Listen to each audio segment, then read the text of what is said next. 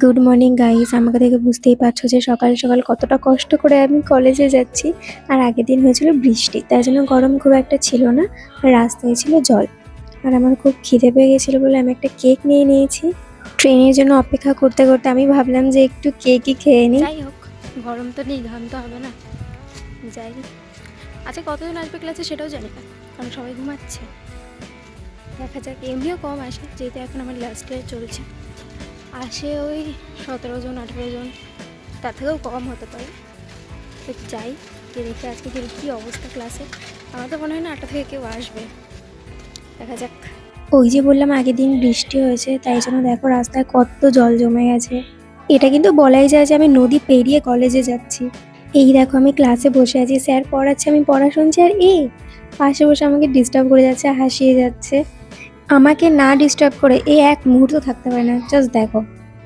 তারপরে আমাদের tiffin time হয়ে যায়, আর টিফিন টাইমে আমাদের স্যার এসে আমাদের এক্সট্রা ক্লাস নিয়ে নেয়, যার জন্য আমি ঠিক করে খেতে পারি না, বেঞ্চের নিচে রেখে আমি লিটারেলি খেয়েছি। তারপর আমাদের ছুটি হয়ে যায়, আমরা বেরিয়ে পড়ি। আর আমাদের না একটা সাডেন প্ল্যান হয় যে আমরা একটা জায়গায় যাব। ছুটি হয়ে গেছে গাইস, এখন বাড়ি যাব। গরমে তো আমার একটুও যাওয়ার ইচ্ছা ছিল না, কিন্তু আমাকে জোর করে নিয়ে যাচ্ছিল, তাই জন্য আমার মুডটা একটু খারাপ ছিল। তারপরে আমরা সিট পেয়ে যাই ট্রেনে, কিন্তু একটা কাণ্ড হয়ে যায় যে আমরা সিনিয়র সিটিজেনের সিটে বসে পড়ি ভুল করে। আমরা একটা জায়গায় যাচ্ছি, এবার কোথায় যাচ্ছি সেটা গিয়ে বলবো, তাই তো?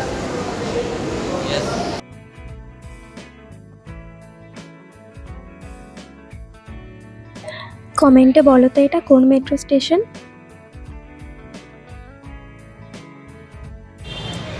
এই এত বুদ্ধিমান, কি বলবো।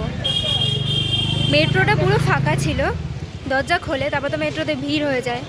আমি ওকে টেনে নিয়ে ফাঁকা সিটের দিকে নিয়ে যাচ্ছি, কিন্তু ও কী করলো, ও করলো কি সিনিয়র সিটিজেনের ওখানে আমাকে ধরে টানছে। আমি ওকে টানছি যে চল বসি, ততক্ষণে তো ফিল আপ হয়ে গেছে জায়গাগুলো।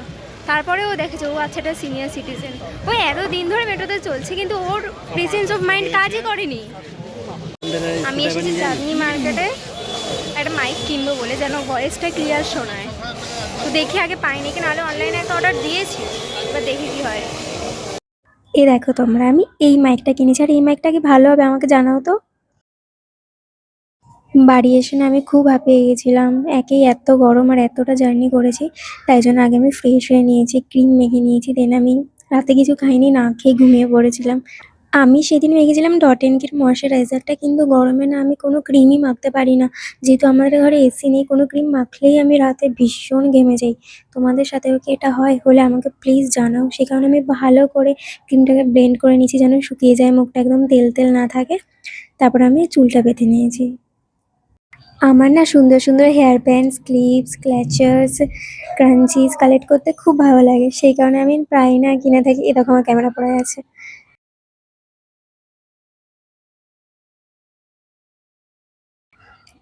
তারপরে আমি একটা সুন্দর ক্ল্যাচার দিয়ে চুলটাকে বেঁধে নিয়েছি। এই দেখো তোমরা, আমি তোমাদেরকেও বেঁধে দেখিয়েছি, কিরকম লাগছে আমাকে জানিও।